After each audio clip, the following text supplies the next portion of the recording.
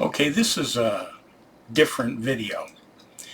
I'm not doing poetry in this one. This is more about something that affects everybody that I know on one level or another, but it also affects how you work with activism. I've done a lot of work trying to change the world one way or another, and mostly through theater projects and things like that. But as a result of that, I've had the opportunity to be in the room when decisions are being made or when people are asking for redress to problems or pointing out a problem that is an issue for the community or an issue for the world. And I've noticed something really of concern, and that is the preponderance of why questions. You know, from the earliest days of our lives, we are taught to ask why or to answer why questions. Why did you do that? You know, and those questions very often, because they're so ubiquitous, because they're such a big part of our lives, we tend to ignore the underlying meaning of them and what they do. So I want you to consider a disturbing situation for a second. You're making your way through the day when a person you know walks up to you and slaps you across the face. And you turn to them and you say, "What'd you do that for?" Think about that situation and that question for a moment. What did you do that for? Just asking that question suggests that there is a reason this person could name. They could say, "I did this because of that." And that you would hear that and say, "Oh, okay then." There is no such justification. There just isn't. It's wrong to hit people. Think about that situation and that question for a moment. What does that do over time? I know there's going to be people who would be happy to justify a argument for this hypothetical assault, but bear with me for a moment. What we say, when we speak, what we say takes place on a number of levels.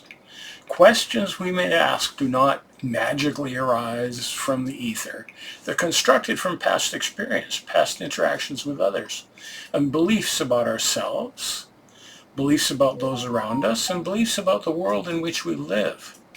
Questions also suggest underlying ideas that can become embedded in our thinking and in the thinking of others. Why did you do that?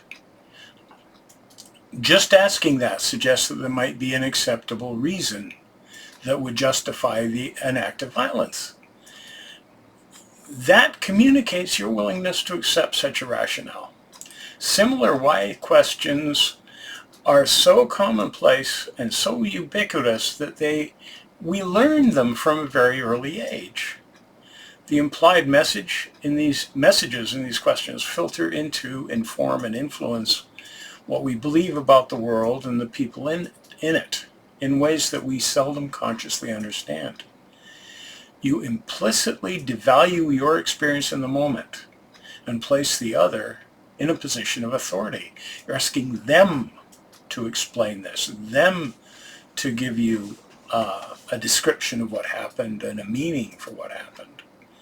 And it may be that the other person has not clearly thought through the motivation behind their actions, but the question pushes them in that direction. Feel a need to answer, they may not have a clear idea themselves, but because of the expectation of the question, they create an answer in the moment. In many cases, it's going to be a justification, a minimization, or a blaming, a way to save face, to appear blameless in the moment. Once the answer is spoken, it becomes the answer and will be attached to that situation and to subsequent similar situations.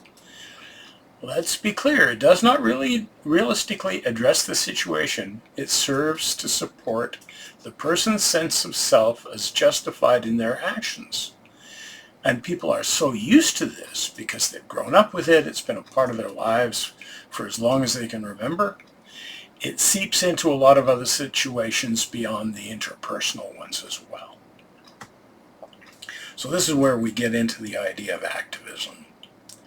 In cases where you are questioning official actions of a power group, such as a corporate or governmental interests, why questions can be an invitation to avoidance or an outright lie. Why is your company polluting the groundwater? Is an invitation to an outright denial or sidetracking response, such as, we're convening a research group to study the situation and determine where the pollution is coming from.